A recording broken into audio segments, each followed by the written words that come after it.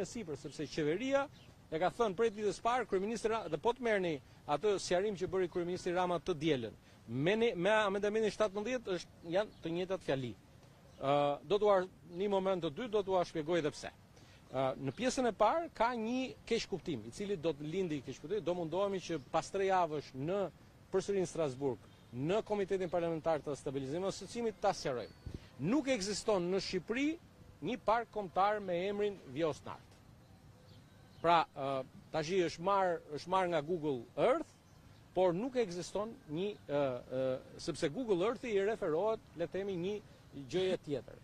Në Shqipëri ka Parku Vjosës, për cilën i kam garantuar dhe kolegët deputet të Gjelbër edhe të Majtët, kam folur në grupin parlamentar socialistëve dhe demokratëve, që Shqipëria është i vetmi vend në Europë që garanton që në 470 kilometra le të themi park kombëtar të Vjosës të mos ketë asnjë ndërtim. E shoh që Isai po kërkon Google Earthin, po unë nuk gaboj. Ta mbaroj, lutem. Ta mbaroj.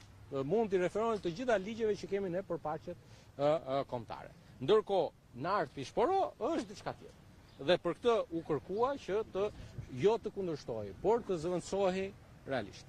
Pjesa tjetër që lidhet me sqarimin ose le të themi diferencën që buron nga aki komuniter, nga angazhimet ndërkombëtare lidhur me çfarë quhet zonë e mbrojtur. Pra, zonë e mbrojtur në Republikën e Shqipërisë, neni përkatës në ligjin 2017 apo në ligjin 2024 e garanton, por garanton gjithsesi që për zonat për nivelin e 5, që nuk janë zonat mbrojtura, po janë pejsazhet e mbrojtura, të mund të kenë ndërtime turistike apo ndërtime të tilla të natyrës së infrastrukturës lëvizëse.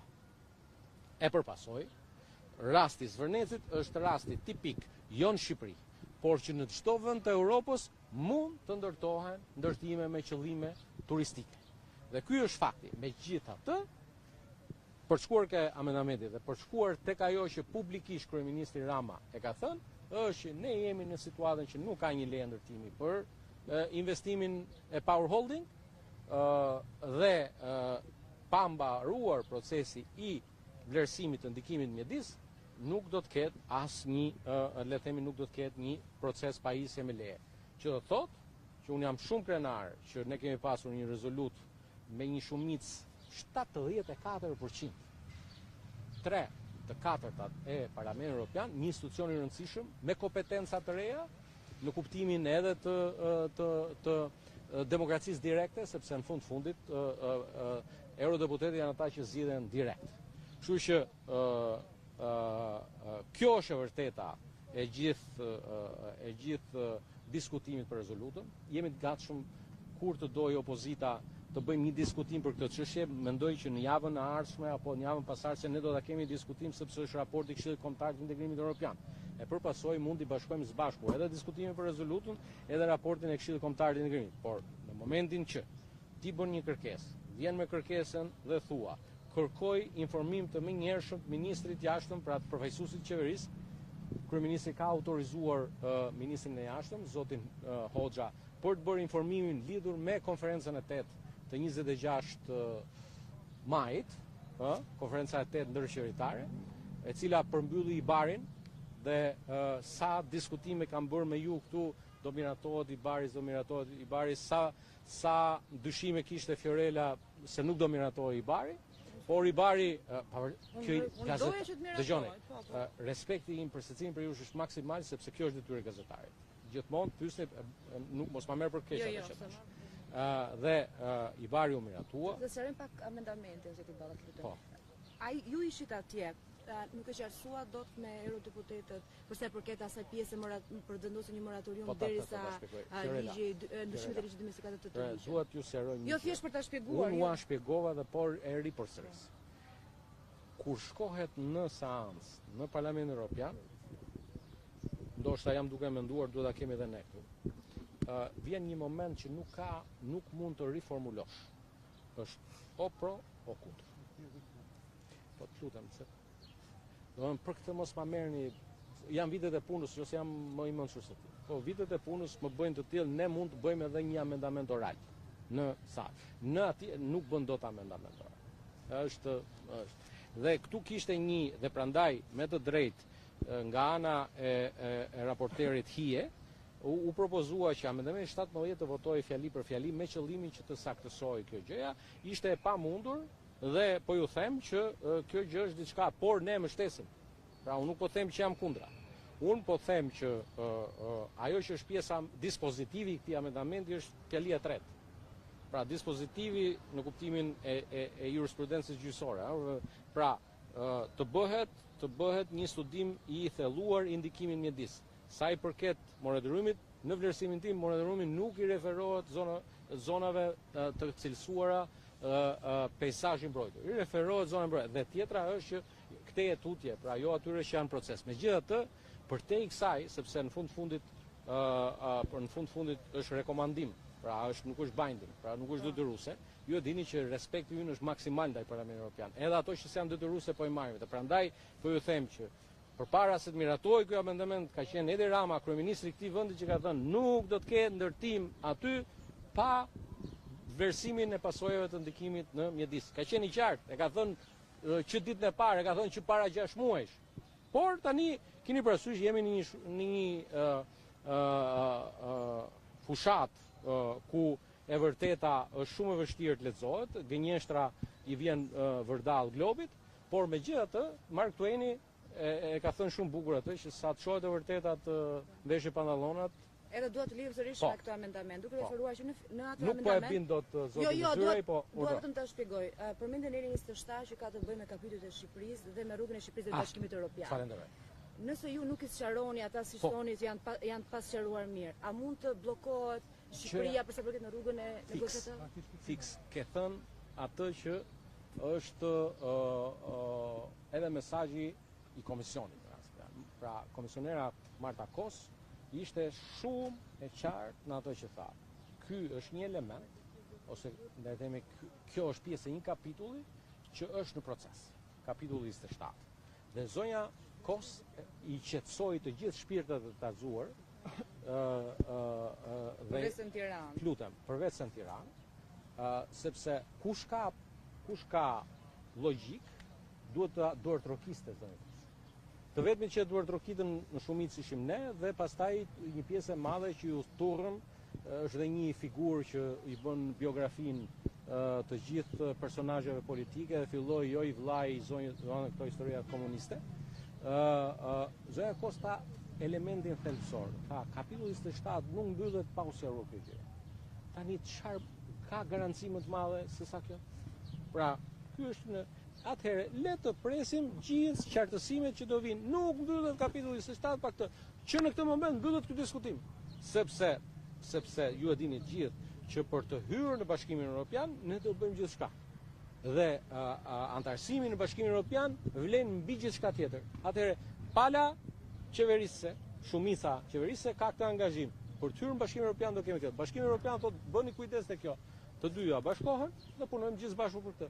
Dhe kështu punohen, sepse nuk mund të vijë dikush sot. Tani ndoshta t'ju bëj një të themi këto ditë ma kujtoj një koleg eurodeputet gjerman.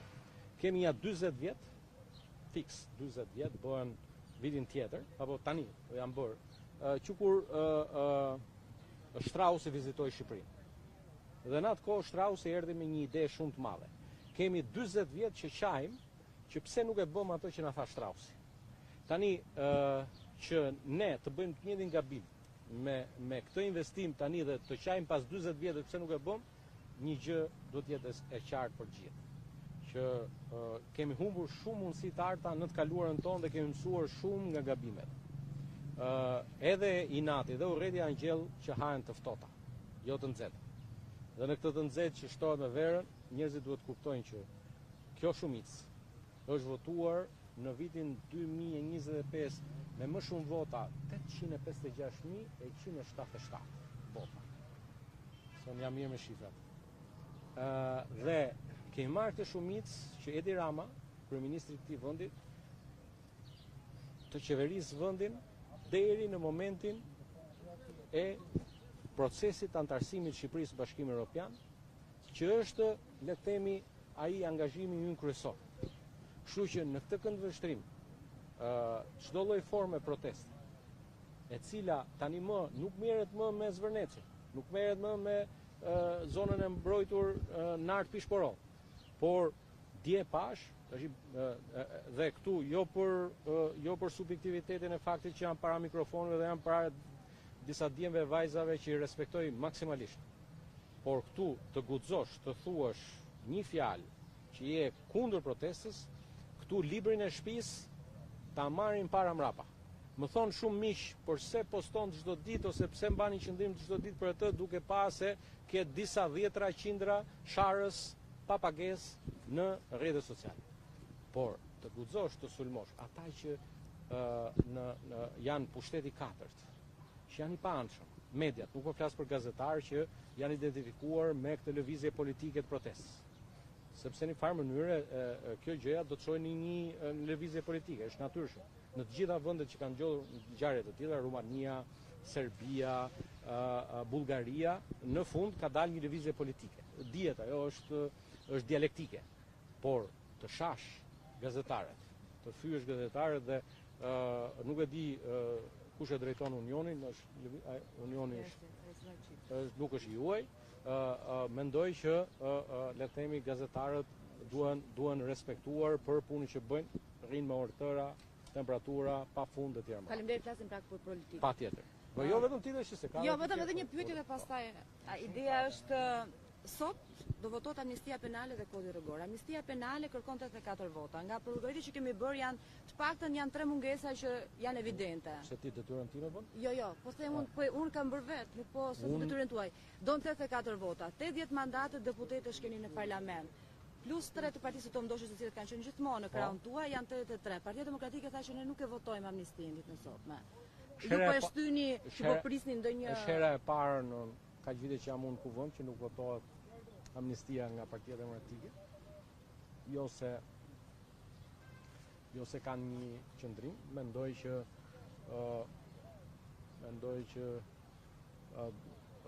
do të japim përgjigje pasi të votohet amnistia. Kam një dyshim se nuk e voton Saliu. Nuk ka fjalë, ne kemi shumicën e 3/5 në kuvend Fiorella. Po si keni sot? Ju lutem, nëse do rrini deri në fund do ja them arsyeën pse nuk e voton Saliu. Zoti Balla, në fakt detyra juaj sekretari Gjithmonë Saliu ka personale. Po e lëm zotin Berisha. Zoti Balla, me qef unë jam shumë korrekt me ju. Më the që opozita nuk e voton. Po nuk përmend ai, më thash opozita, janë të gjithë. Po të lutem tash. The që opozita, partia më e madhe e opozitës, Partia Demokratike. Unë e di pse nuk e voton Berisha. Edhe Berisha e di që unë e di. Ku dra tregosh dhe ne? Zoti Balla, bëjmë një pyetje për detyrën tuaj sekretar grupi me që Fiorella për pak ju ndërhyri. Për mandatet e logos së partisë. Ju jeni pasyra ku ne shihemi një gjest drejt. Kisha me shakase. Si kryetari i grupit parlamentar, për mandatet e marrën në logon e Partisë Socialiste, kërkoni ju llogari, mbani ju përgjegjësi apo bandat kriminale, duke qenë se një kolegja juaj ka denoncuar para 2 ditësh në Facebook se është kërcënuar. E para, kjo nuk është rasti i parë në politikë. Mbaj mend në vitin 2021, Gazmend Bardhi akuzonte Sali Berishën se ai bashkë me Flamur Nokën ishin takuar me bandat në Elbasan për të intimiduar votuesit apo antarët e Partisë Demokratike për të firmosur. Pra jemi në një situatë, ju lutem, jo, asnjëherë. Siç ka mbajur qëndrim, e para është që çdo person nga ne i cili mban mbi supe një nder të madh, ti je antar i Kuvendit të Shqipërisë, nuk besoj që për një njeri ka nder më të madh. Të lutem, ta mbaroj, po të lutem. Dhe në këtë këndvështrim është që kërcënimi është një vepër penale. Dhe mos kallëzimi një krimi është po ashtu vepër penale. Pra në rast se ka një maskarat që guxon të kërcënojë një qytetar pavarësisht pozicionit që e ka, kërcënon një gazetar, ai është një vepër penale. Dhe ti je i detyruar sepse je para njohjes me një vepër penale, ti duhet shkosh më një herë në rajonin më të parë të policisë dhe thuash në telefonin tim, në telefonin e vllajt tim. Tani ju them të drejtën, të lutem. Këto ditë, këto lëvizjet neofashiste, jo protesta, po pjesë të caktuara, çojnë pa dyshim çdo ditë mesazhe kërcënuese. Do ju kështue, do ju ashtue, vinë keselia e partisë, do ju djegim, të lutem, po ta mbarojmë.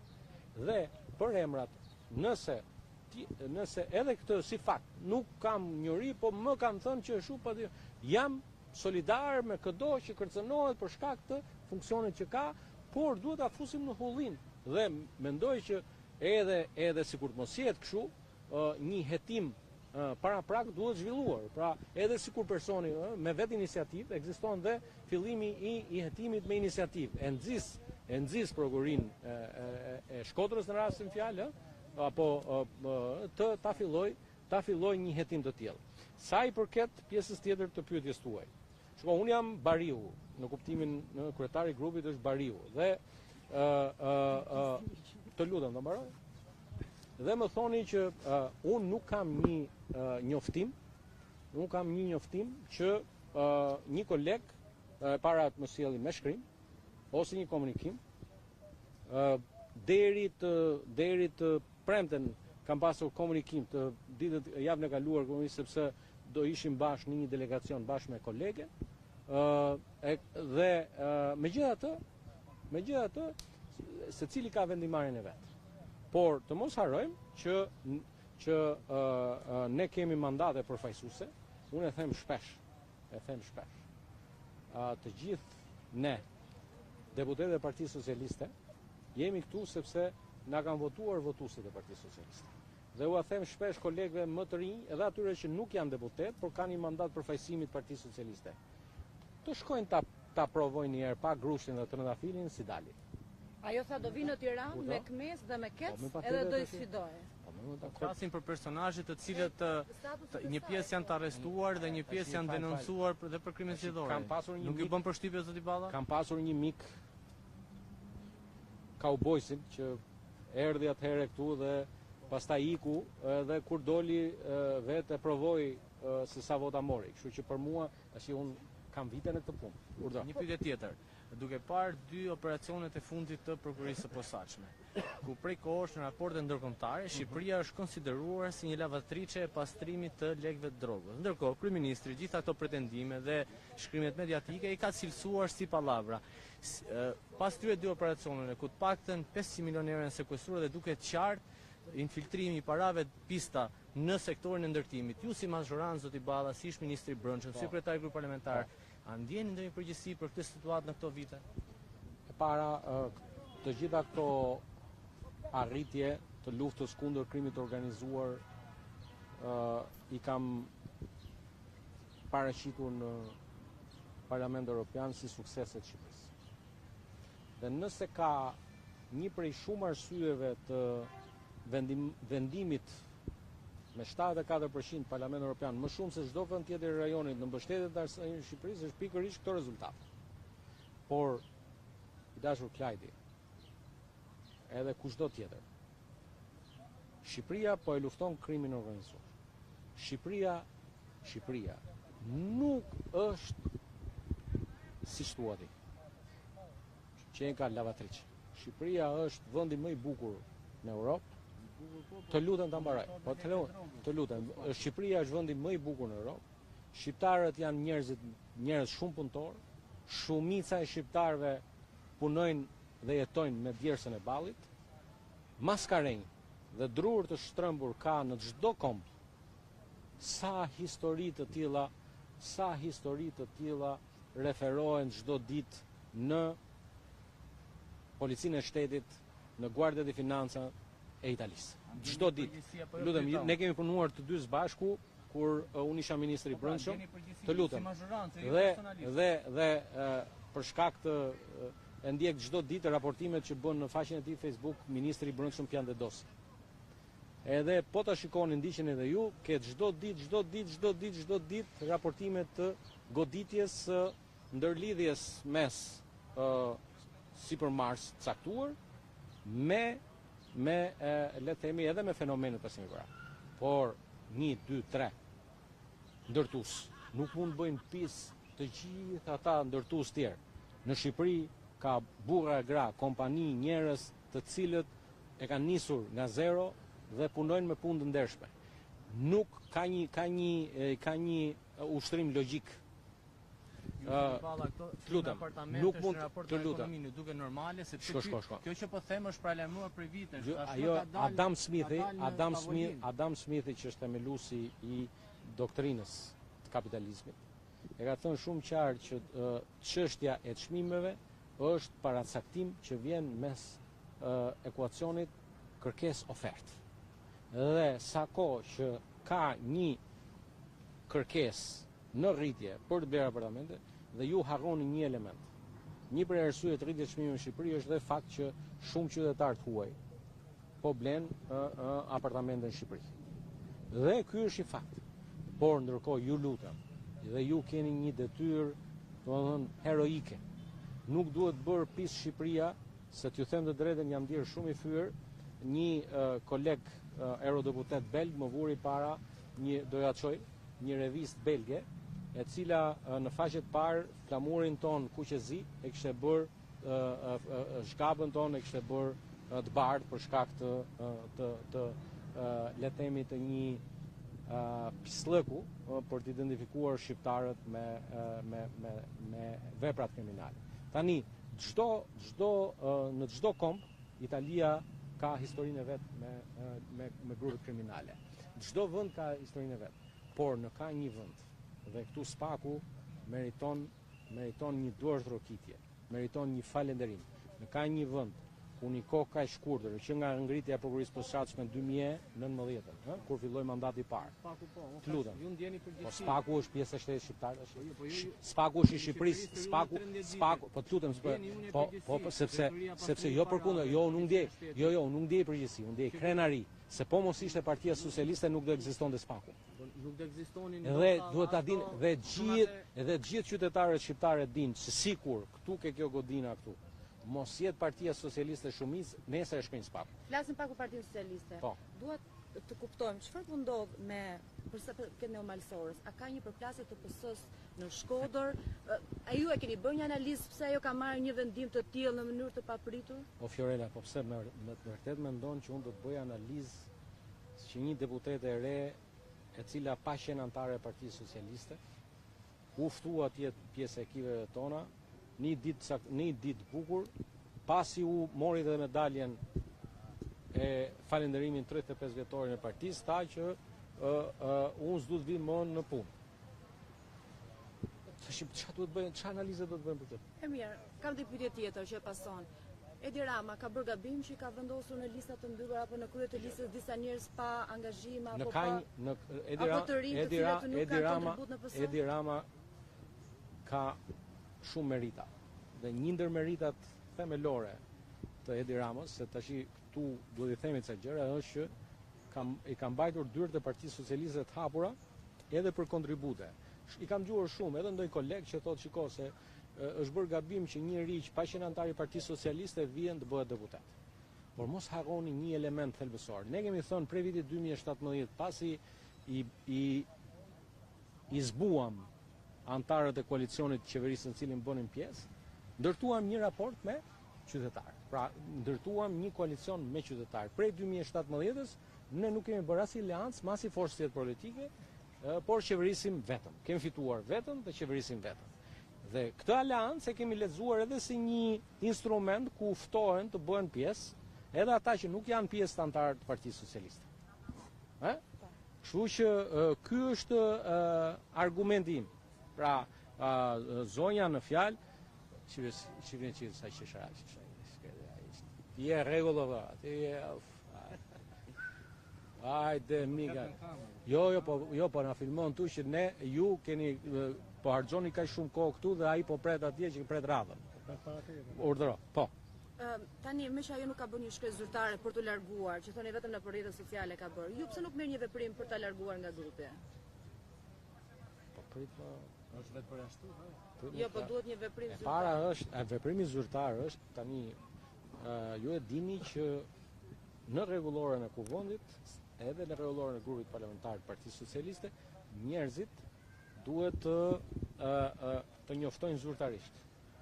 Tani ku diun që si kanë vjedh Facebook-un zonjës për shembull. Unë telefon nuk keni folur, s'keni arrit komunikoj fare? T'ju them të drejtën. Jo më të unë e kam marrë në telefon, nuk më ka hapur. E kam marrë aty, kam para të lajë, kam marrë telefon, kaq. A ka njerëz të tjerë brenda grupit parlamentar që janë po kaq kritik sa tashmë është bërë ndaj qeverisjes, ndaj mazhorancës, sa ajo tha që mua ma kanë vjedhur mandatin deputetit për 10 muaj, tani do jetë imi. Në faktin, jo vetëm për mandatin, jo vetëm për atë. A ka deputetë të cilët janë kritik brenda grupit parlamentar? Lutem, për këtë nuk jap asnjë ka aq shumë gjëra për të folur. Tani sa i përket shpirtit. Kjo është e rëndësishme pasi kjo ska ndodhur në Partinë Socialiste prej vitesh, shpirtit duket një gjë e re. Gjë. E para është kritiku më i madh por problematikat tona të brendshme, të mënyrës qeverisjes, nëse doni, të arrogancës së drejtorëve, apo çdo pushtetari tjetër e Partisë Socialiste është Edi Rama.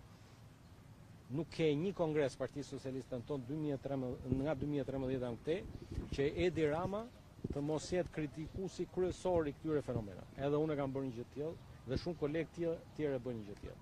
Sepse vetë kritika ose shpirti i vetë korrigjimit është një prej dimensioneve themelore në partinë tonë. Dhe arsyeja pse jemi sot partia më e madhe, edhe sot, edhe në sondazhin e këtyre ditëve, Partia Socialiste është me diferencë partia më e madhe në Shqipëri, është pikërisht se shqiptarët e dinë fare mirë. A i merrni sërish 83 mandate me këtë sondazh? Në 2019? Jo, me këtë sondazh që keni bërë. Të fundit. Ndoshta edhe pak më shumë. Sepse u a thash aty, e dëgjuat çfarë u thash në foltore dhe i dhimbti shumë Saliu. E dini çfarë thash? Ky moment ndodhi për shumë arsye, por ka një fitore e ka arritur protesta. Dhe fitoria më e madhe që arriti protesta është që i mori sheshin Saliut.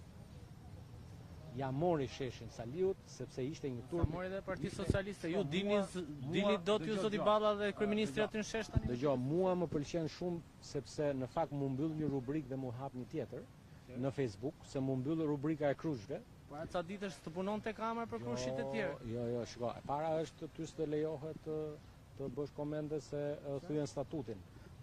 Por të lutem. Por jam i lirë. Çaj lirë. Nëse. Por e vërteta është që fitore ka arritur protesta. Edhe unë do ju ftoja ju t'ja bëni pyetjen Saliut, i thoni dëgjoj, zoti Balla të bëri një sfidë, të tha kur do dalish i xhiro nga. Nuk e duan zotin Berisha, as zotin Rama. Ju zoti Balla, po ju kur do dilni një xhiro shesh bashkë me kryeministrin të? Unë jam kundër protestës. Ja, tash e para është unë jam kundër protestës sepse protesta ka humbur arsyeën pse filloi. Pra, nëse mbani mend, në ditën e parë të dytë. Ju mendoni që protesta është vetëm për flamingot? Jo, shko, protesta lindi për një çështje. Ajo çështje ka rënë. Pra, sepse e para s'ka ndërtim aty, s'ka rrethim, s'ka asgjë. Qytetari që terrorist nuk ka rënë. Ai që terrorist është burg.